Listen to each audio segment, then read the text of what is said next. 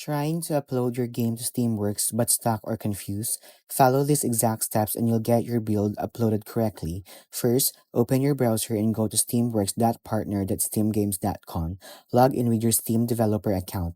Once you're in, click Apps at the top, then choose Create New App. Enter your game name, select Games to type, and submit the form. Steam will now generate an app ID, which required for all uploads. Next, open Steamworks settings, then click Depots. Create a new depot for your game and copy the depot ID shown on the page. This depot tells Steam where your game files will live. Now download Steam CMD from Valve and extract it to a folder on your computer. Inside that folder, create a build script file and enter your app ID, depot ID, and the folder path where your game build is stored. After that, open Steam CMD and log in using your Steam account.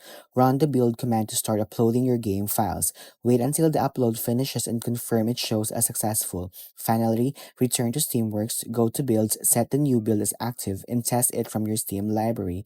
If the game doesn't launch, double check the app ID, depot ID, and build path before trying again.